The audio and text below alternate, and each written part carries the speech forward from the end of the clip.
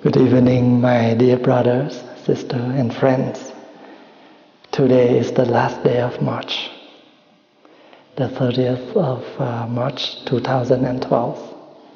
Tomorrow, 31st, we're supposed to have a tea meditation together, but I moved to next Friday. So I would like to invite the Sangha join us next week, next Friday, for the tea ceremony. We began the teenager retreat since Wednesday night at the Westlock Meditation Center. I always try my best with my own capacity to keep the young people in the practice. They have 1 week for the spring break. So instead of let them stay home and contact with the TV and electric games and computer, I create 3 days retreat and invite them to come. And when I use the word retreat, it's actually it's 3 days for them to play. But they play in, the environment, the healthy environment is better than they just play with the electric, with the computer, with TV programs, especially when the parents are not home and they have whole day to watch movie. But when I bring them to the temple, they have the opportunity to meet spiritual friends, and they also have time to go out to have some outdoor activities. And beside that, I have a class for them. Tomorrow will be 1 day for kids from 8 years old and older. And the program will be from 9 until 5. And so you can see that I always have a busy schedule, not only for the adults, but also for the kids. Not only the Vietnamese, but also with the Westerner Sangha. And I have been used my day, my time, in a meaningful way like that. And I feel that my life is not wasted. I feel that my day also is not wasted. Before I come out here with you, I met one of the young monks in Vietnam. Of course, on phone. And he told me that he very much admires me, because now my Dhamma talks also everywhere in Vietnam.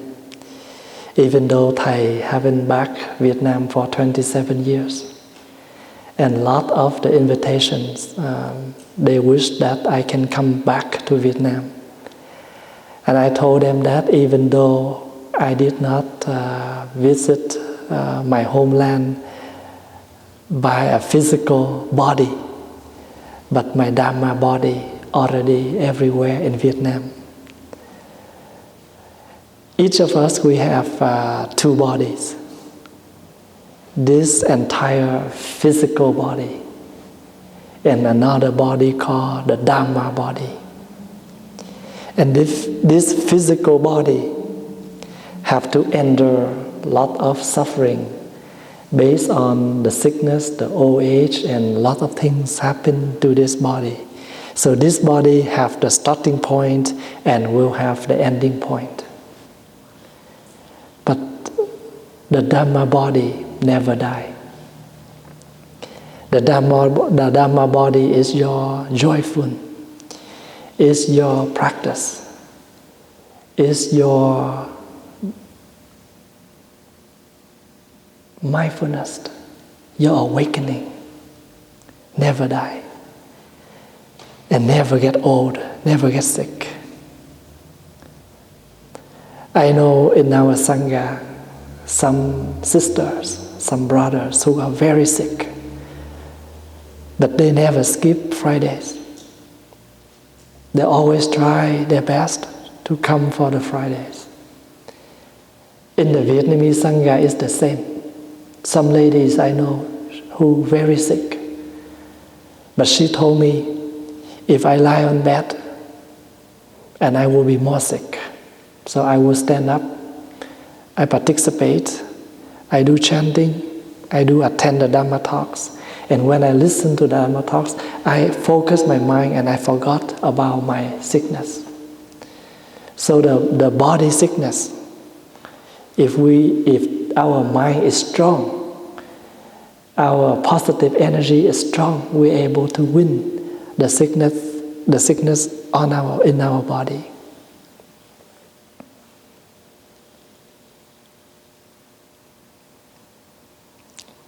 If we know how to practice mindfulness, and that means the Dhamma body never die. The Dhamma body always bright and beautifully, very healthy, each of the moment we live.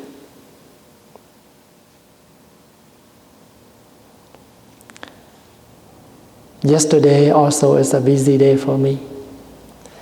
I have to go with the kids to the center. After we set up everything, early morning I need to go back for my specialist checkup. And I have 2 classes with the staff at the senior home. And I have to bring food for the kids, and I have talk for them at night. I have chanting there with the nuns and some of the ladies who come there to help cooking for the kids. But I'm okay. Because I know that if I can work for everybody, and I see them happy with what I have done for them, and automatically I feel great, I feel happy. Let's go back to the young monk that I talked to him earlier. And he said, I graduate from the Buddhist Institute in this summer. And I don't know what to do. I don't know how far my life can go. I have no idea about my future. I said, don't worry about that. Let's offer yourself to the triple gems. And if anywhere that fit you, the triple gems will send you there. In Christian they call, we need to follow the calling of God. We need to go by the calling of Jesus. I told him, when I was young, I also did that declaration. I said, Dear Buddha, I have offered my life to the triple gems. Triple gems mean the Buddha, the Dharma, and the Sangha, the 3 jewels. I never regret. So if anywhere, any conditions that the triple gems feel that I am fit for that situation, I will happy to do my best. Many sanghas in the state, they said, Thầy, you are not feeling well now, so you should move to a warmer place. And we know that we need you here, so you can come here and help us. Instead of sharing your talk to maybe 10 or 15 or 20 people each week, we can have hundreds here, because in the States, some of the city is very large, and the community also very large. Every week they can get together like hundreds. I said, no, If I assign here, and I will be happy here, you can meet me on the DVD, on the CD. So don't worry about the future. Just happy in the present moment. And then the future is possible. Because the future is made by the present. And that is the truth. And if you invest yourself in the here and in the now, and happy now, happy here, and you can be happy anywhere and anytime.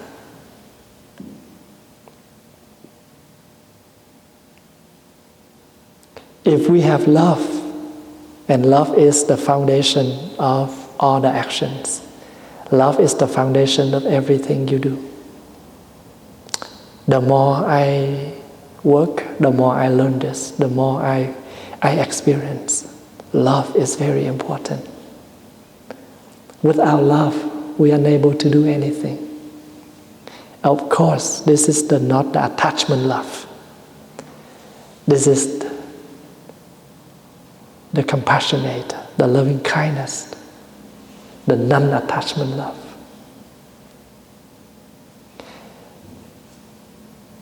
When I share with the nurses, the doctors, I have mentioned this many times to them. I know you come to the hospital, you come to the nursing home, the senior home to work for living, but I know deep inside of you, you must have a great love. Because without love, you are unable to deal with patients, with senior.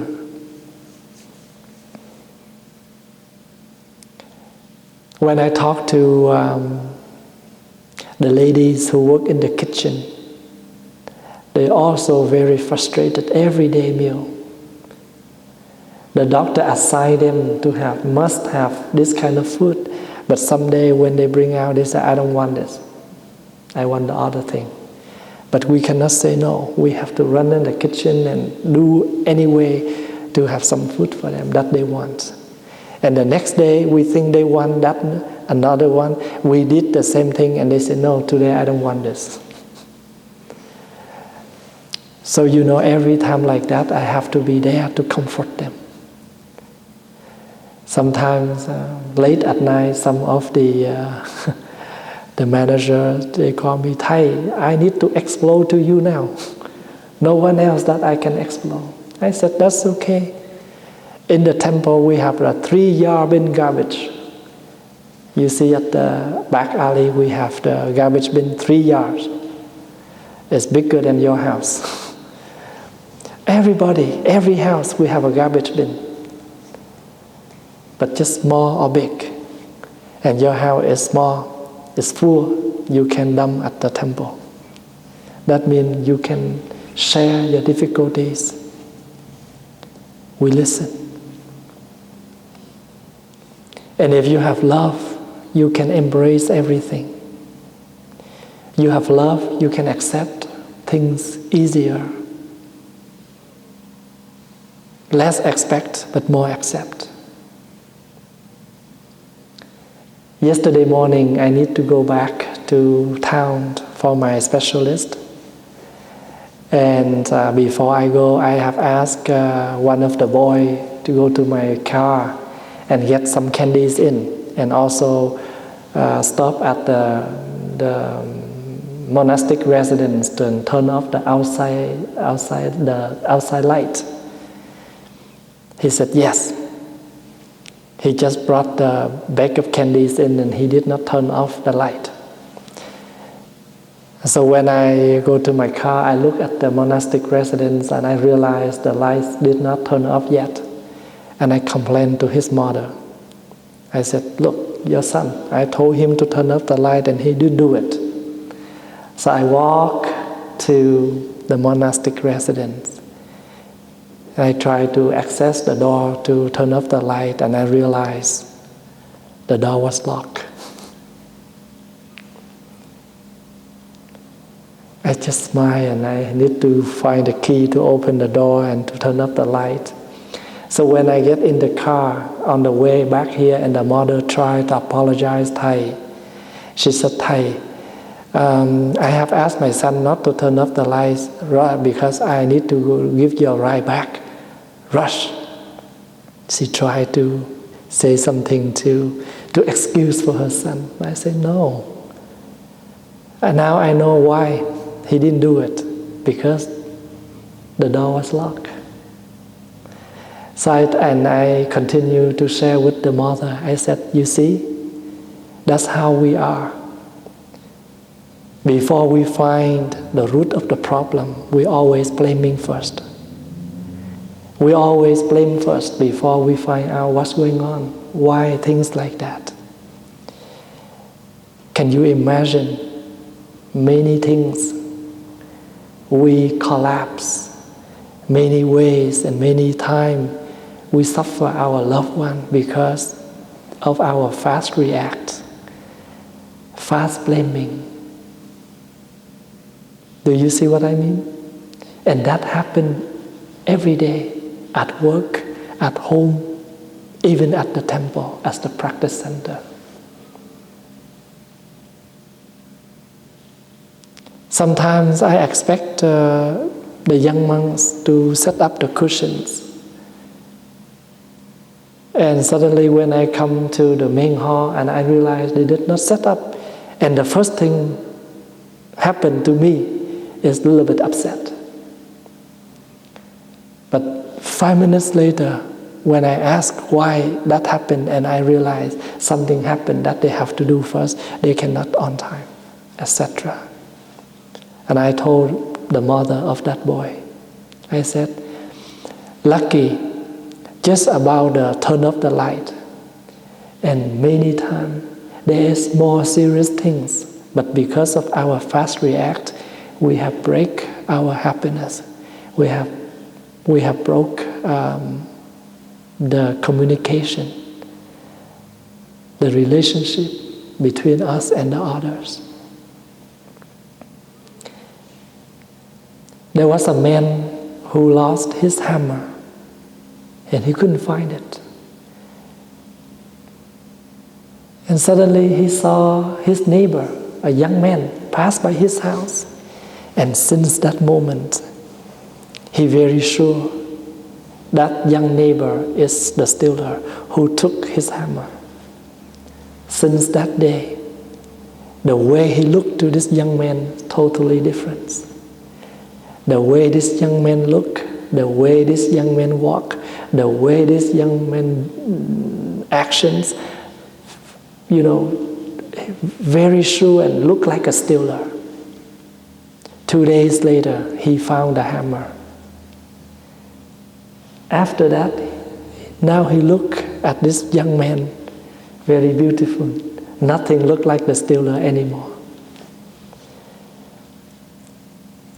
We just use our attachment. We just use how we see people in that way because of our misunderstanding, because of our wrong perception. And the wrong perception will lead us. The way we look, the way we talk. Do you remember the story I told you about the word ST? Saint and stealer. Long, long time ago, if they caught you as a stealer, they will mark on your face the word ST, symbolized for stealer. So anywhere you go, people will refuse you. People won't play with you, won't talk with you, because you are the bad person in the society. So there was a young man who stole something, and he was caught, and people make a mark on his face, the word ST. And nobody dared to sit beside him. But one day, there was a man who sit next to him and talked to him. And he asked, "Don't you afraid me?" And that man asked, "Why I have to afraid you?" And that young man answered, Because on my face I have the word ST, symbolized for stiller. That's why nobody dare to talk to me, nobody dare to sit with me. He said, no. Oh, really? I didn't read this ST as a stiller. I read as a saint.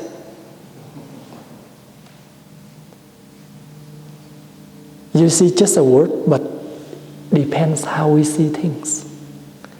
If we see things possible, things will be possible. If we think negative, and things will be negative. Do not water ourselves with negatives. Try to water ourselves with positives. That's why I always give you some guidance for the meditation. Breathing in, I feel that I am a flower. Breathing out, I am fresh. Automatically in your mind, you can image the beautiful flower and fresh. So if someday you back home with very tired from work, you can lay down and rest on your couch.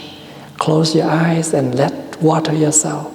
Breathing in, I relax. Breathing out, I'm happy. Do not bring any problems at work back to home. And do not bring any problems at home, go to work. And that is the key of happiness. You are very clear which is which, where is where, what is what. When you're at work, deal with work. When you're at home, put all the difficulties, all the problems at work away, because you cannot embrace your whole family with your stressful at work. That's not very kind. We have to be clear. So what helped us to see that? Mindfulness. When you're able to calm, you will clear. That is something I always said. When you calm, that means you have concentration, and the concentration will lead you to the insight. And the insight is like a wisdom. It's like the beautiful and very bright light to help you to see very clearly. You cannot get angry at the fish and chop the cutting board. Sometimes that's how we are. We angry at this person, but we chop someone else. Like you're angry at your boss, but because she is your boss, so that's why you did not dare to touch. You touch someone who is under your control.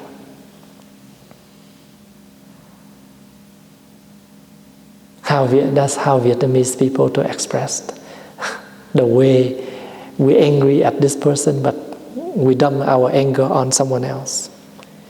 You're angry at the fish, but you chop the cutting board. You did not chop right on the fish.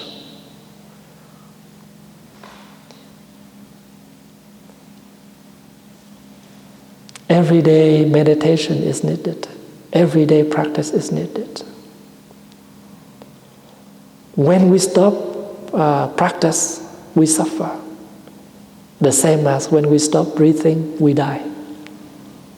And that is the law. We stop breathing, we die. We stop practice, we suffer. Because the practice is like the air, the fresh air. It's like the cool breeze. Will cool you down, will help you. So I'm very happy to see you on Fridays or on the mindfulness day, because I know that you will gain something to help for your body and your mind. And your presence also nourishes my practice. In the novel called A Journey to the West, and there was a monkey who tried to go to the West to support his teacher to receive some special scripture from India back to China. And because he is a monkey, that's why he is very intelligent, and also very annoying. A lot of moving. And do you know what is the monkey stand for? The monkey stand for our wandering mind, our clever, our smart, but we are very smart. We have a lot of knowledge, but without the practice, without the taming, without the precepts, we are unable to walk on the right path. You just wander your mind many places, and you will create a lot of suffering. So that's why the master of the monkey give him the crown on his head. He unable to take it out, and that symbolizes for the precepts, the mindfulness trainings. So what is the purpose of taking refuge in the triple gems? Taking refuge in the Buddha, taking refuge in the Dharma, taking refuge in the Sangha. Because since you make the commitment to become the official students of the Buddha, and you do not dare to do anything wrong, you will less, even though you cannot completely stop yet, but at least you know you are a Buddhist. You are a practice center. You will put yourself on the right track. The same as a single lady or a single man. If they are not married yet, they're okay. They're single. They're free to get to know anyone they want to. But soon, the ceremony, the wedding ceremony conducted, from now on, you have the name. Your name is husband. Your name is wife. You must live mindfully. You are not allowed to engage with any other relationship, because now you have your marriage. Do not damage your marriage in the other way. And you know that if you want to protect your happiness, you should protect the happiness of the others. The sexual misconduct. We can do that because we have a strong love in us. We don't want to suffer our loved one.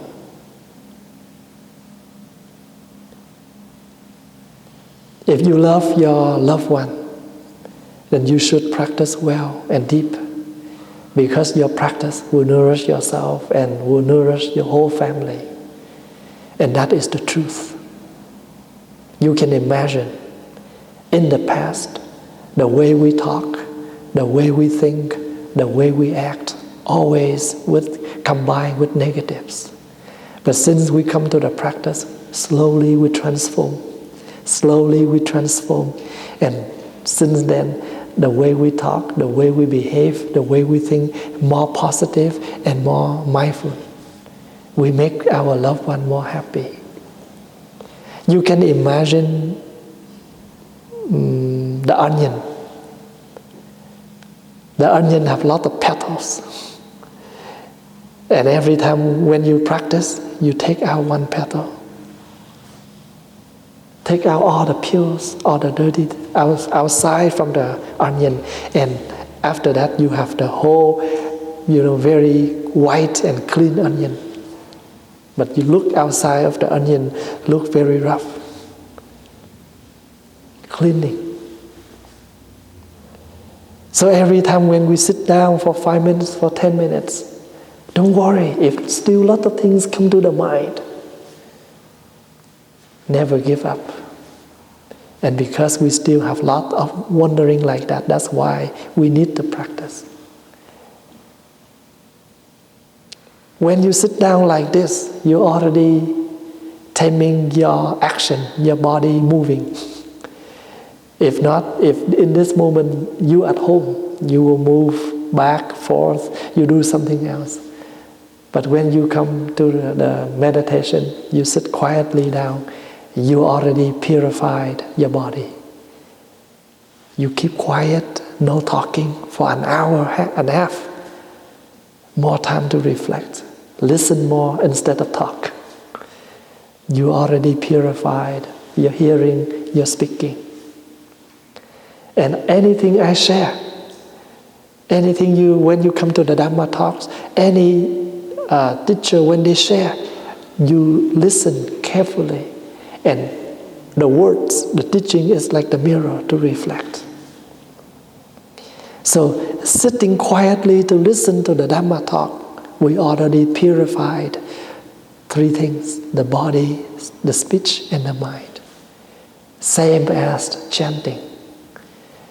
So I encourage each of the family should have a chanting book.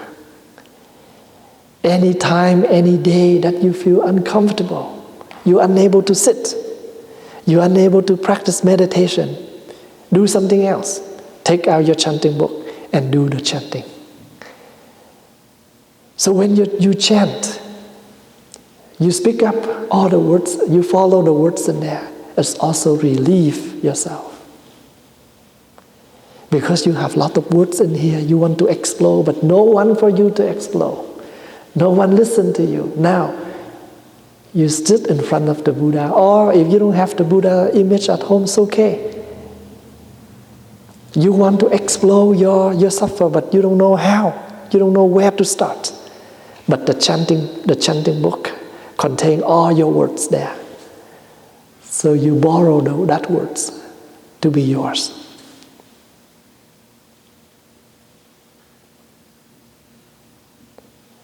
For example, sometimes we regret what we have done. But when we face the situation, we still cannot control. We continue to do the same mistakes, same problems. But after that, we regret. So the cycle of action, regretting, always, back and forth in us. We want to express, we want to speak up, but we don't know how. The chanting book, the chanting will help us. We have lived in the dark for many days. The dark symbolizes for unmindfulness. We have suffered our loved one by the way we talk, by the way we react. We have attached to what we know.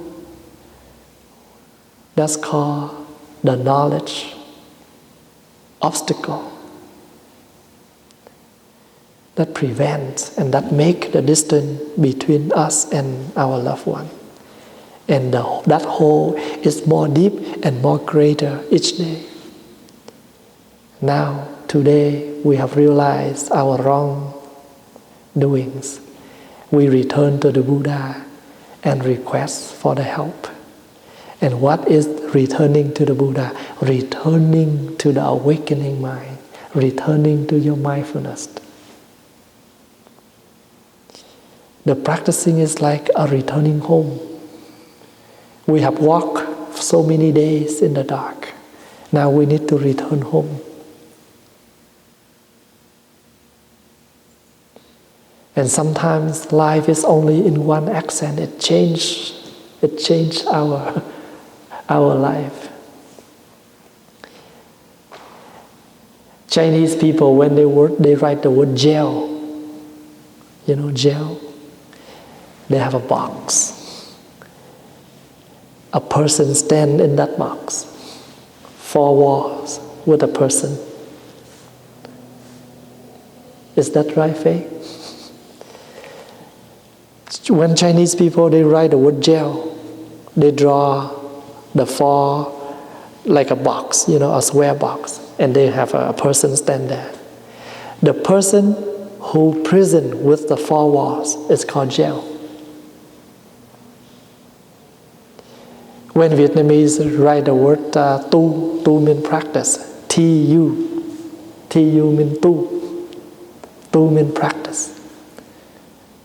Tu means change. Tu means transform. Tu means cultivating. But that same word, but you just put another accent on with this way, it's become tu. Tu means gel. So life is only one accent. If you know how to tu, you are free and happy and and liberate. But accidentally, you put the word, this accent on the top of you, it's become tu. Tu means gel. Instead of liberate, of freedom, now you present yourself.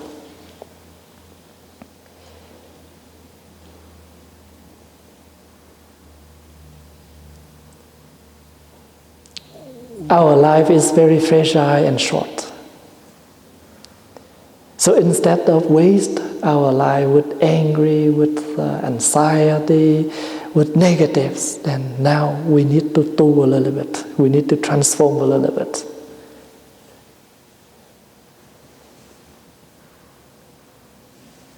Take out any petals, anything you feel is not good anymore. Do not make it affect the whole onion. When you find out some of your vegetable got rotten and you should take them out, don't leave that rotten vegetable stay in the same bag. It will affect the other one. Tu is like that. Practicing is like that. Mindfulness will help you to see what is the negative in me. I need to transform. I don't want, because of this small thing, and will affect my whole day. Sometimes just one person at work, they just say one word to us, and that whole day is ruined. We take that word seriously. We hold that word very seriously and make that word become the main thing to damage our whole day of happiness. We still eat, but the food we eat now is not become healthy anymore, it's become poison. So do not eat when you're angry, because all the food will burn into poison. It will damage your body. The same as after the meal, after dinner, after lunch, do not smoke. Because one cigarette after the meal can compare to the 10 regular smokes. Because we used to have a habit. After the meal, we feel that we want to take a cigarette. But one cigarette after the meal is the same with the other 10 at the regular cigarettes.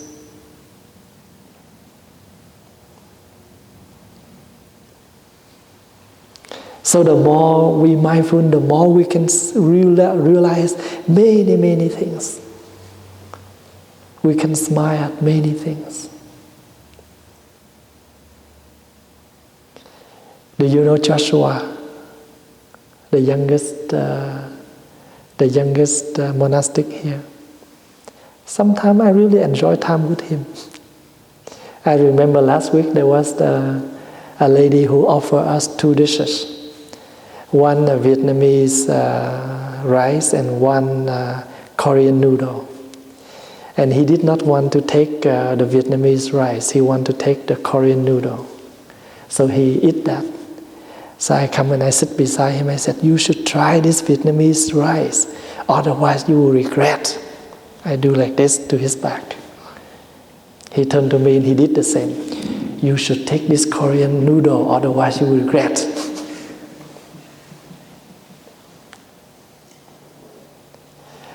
And later on I say, hello regretter. That means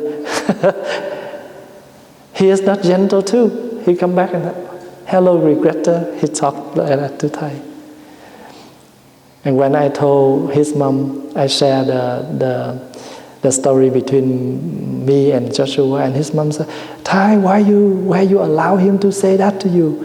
I said, why not? Sometimes we are teacher and student, sometimes we can be friends.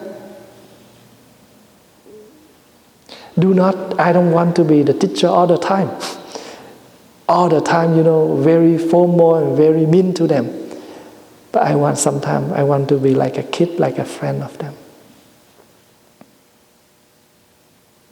One day I hugged him, I said, "You are my diamond." He also hugged me and he said, "You are my diamond too."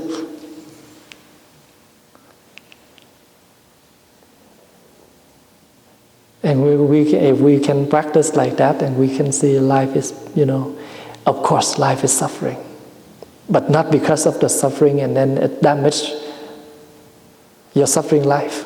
I know it's suffer, but try to find something happy in this unhappy life.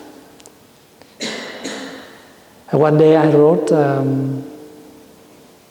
letter to a lady who sent to me an email and expressed her suffer. And I said, we used to give an example. Life is the ocean of suffering. Life is like an ocean of suffering.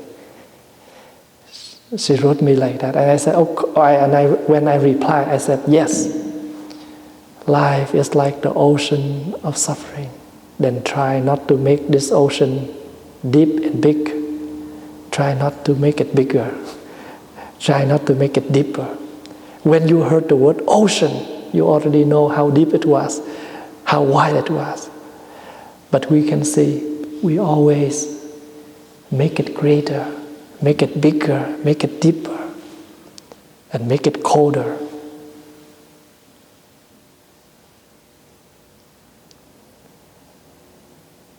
If we are unable to say something good about someone, then of course not try to say something bad about someone.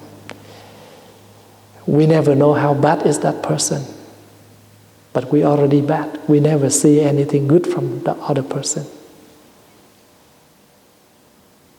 Do you remember the story between a very famous man and the Zen teacher? And one day he came to the Zen master and he said, "Master, tell me, when I'm practicing sitting meditation, who do I look like?" And the Zen master said, "Oh, when you're practicing sitting meditation, you look like a Buddha." And when the Zen master asked him again, "So how about me? When I'm practicing sitting meditation, what do I look like?"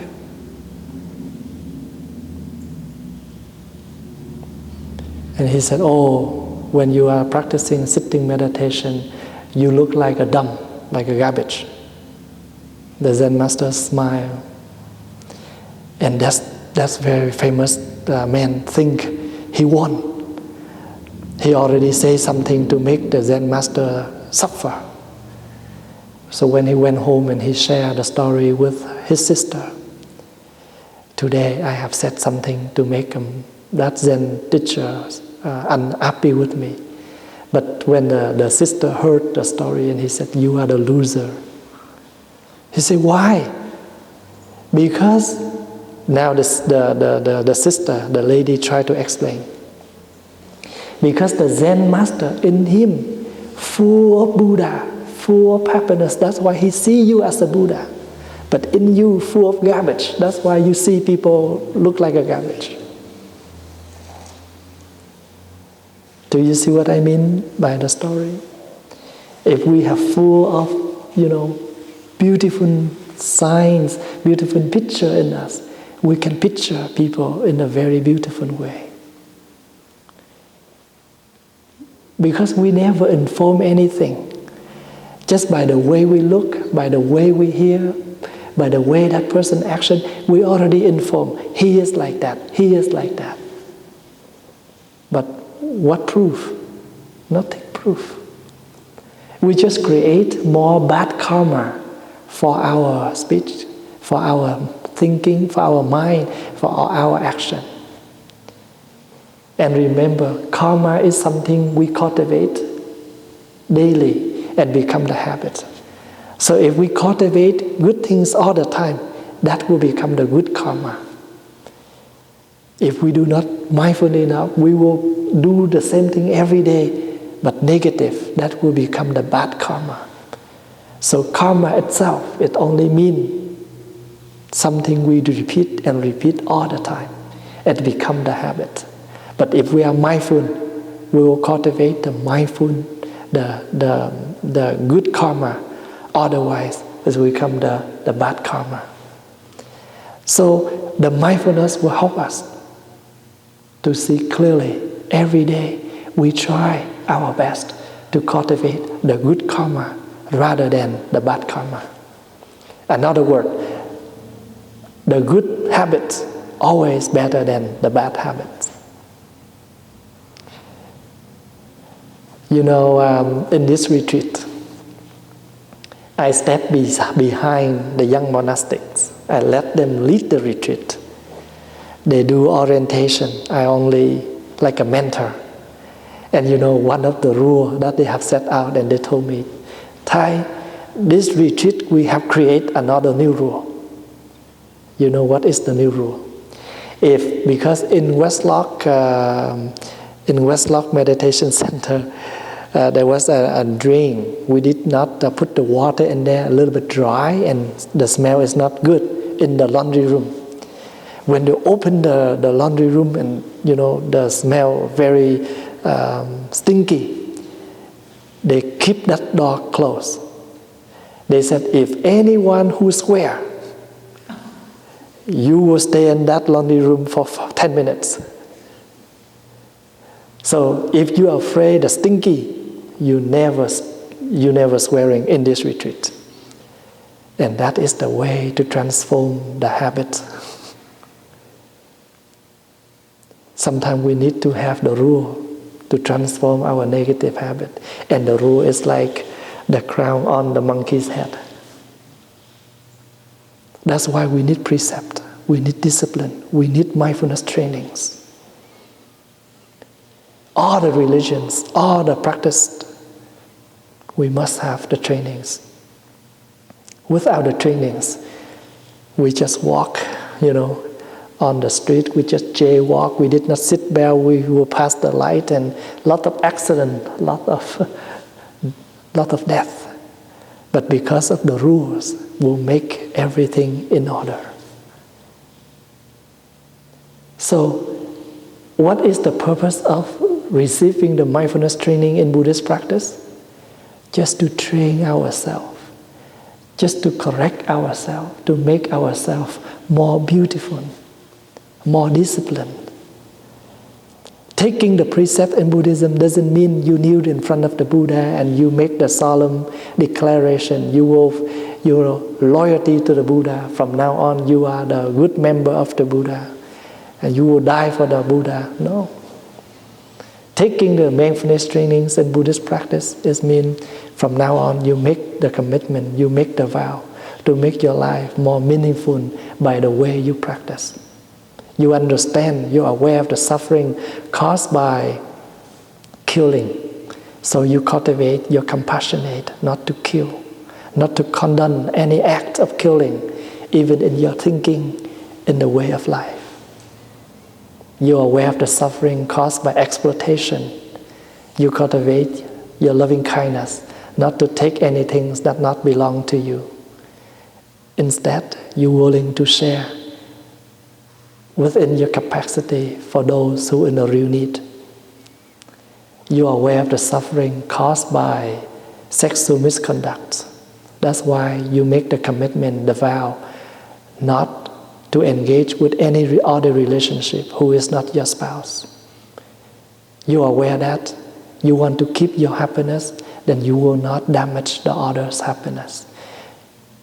You understand deeply the sickness, the problems in this society happen to a lot of families, a lot of divorces, a lot of family broken just because we did not keep these third trainings well. And the fourth trainings, we are aware of the suffering caused by unmindful speech and inability of listening deeply to others. That's why we suffer each other by the way we talk. This fourth training will help me, will help us to reflect all the words we use. Understand deeply that words can give people happiness, words can give people suffer. So with mindfulness, I will use my loving speech and learn way to listening deeply. I know that only listening deeply, I help the others to relieve the suffer and give me the chance, the opportunity to learn more from others. The fifth one, understanding the mindful consumption will keep me in a good shape, good health to continue my practice and to continue to bring the happiness for my family. I will not damage my body by intake poisons, toxins, novels, movies, TV programs, internets, some of the channels, some of the programs, some of the websites, totally not healthy for my body and my mind. I want to keep this body good for my ancestor, and I also want to transmit this good health to my next generation. So you can see the 5 mindfulness trainings, nothing as a commitment, the command that we need to make for the Buddha. But the more we practice, this is the practice for ourselves. If we practice these 5 things, the Buddha doesn't benefit from that, but we are the one who benefit from that. So this is what we call the mindfulness trainings. Even though you believe something else, not a problem. Just take the 5 trainings, which will help your daily life more meaningful. Also help for your practice. And with the love, you will do this because you love your family, you love yourself, you love your next generation, you will do wholeheartedly. Like myself, I love my young generation, so I will do everything in my power to help them. I always feel that they are my brothers, they are my sisters.